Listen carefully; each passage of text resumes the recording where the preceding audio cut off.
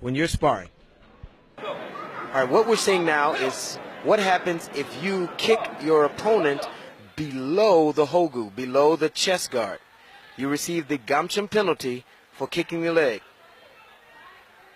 All right, you see the referee will motion with the hand down, indicating an attack to the lower extremity. Now, if an athlete lifts his leg, his cut kick lower than the hogu, you have to immediately follow that lift with a subsequent technique. If you do not follow that with another technique, with an attempt to score, you will receive the gamchum penalty.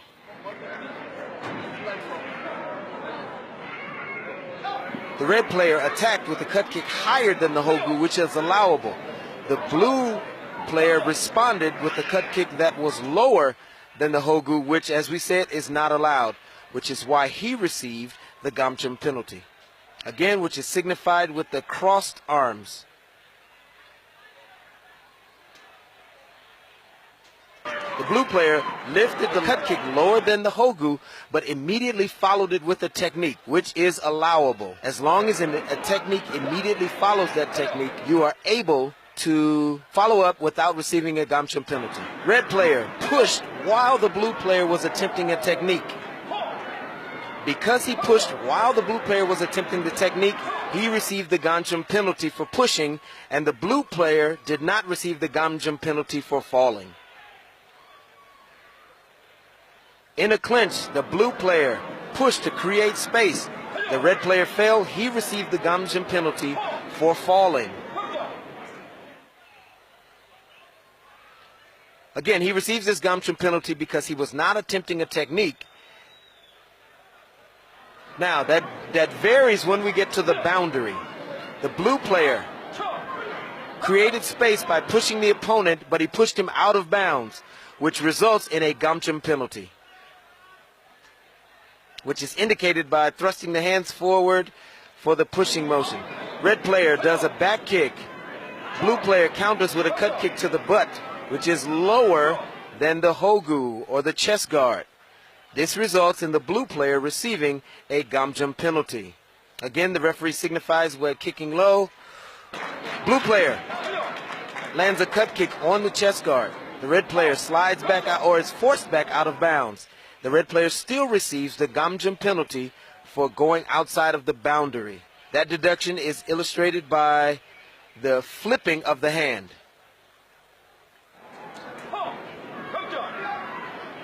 Red player delivers a cut kick to the hogu. Blue player falls. He receives the falling penalty because he was kicked in a legal scoring area and fell.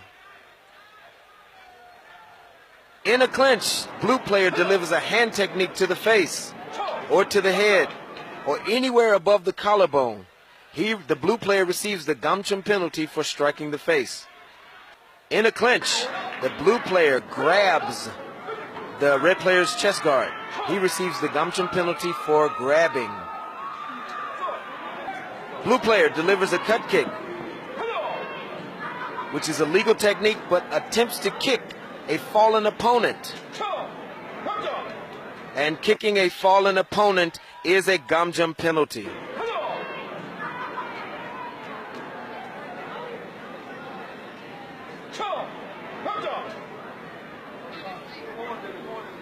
So even if an athlete lifts his leg for the cut kick and it's above the hogu and it's an acceptable height, you still have a maximum of 3 seconds to have your foot off the ground before you receive the gamchum penalty.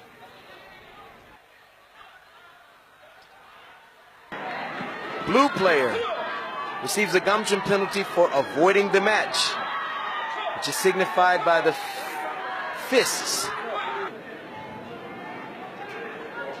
Now the blue player receives a gamchum penalty for unsportsmanlike conduct, taunting or goading another opponent, which we must note is not the way Mr. Robinson, Ethan Robinson, the blue player, carries himself. Here we have an irate coach who has gotten out of the 1 meter coaching square. He receives for his player a gamchum penalty for unsportsmanlike conduct. And then he attacks. Perhaps this young man has been worked too hard, and now he's having a fit.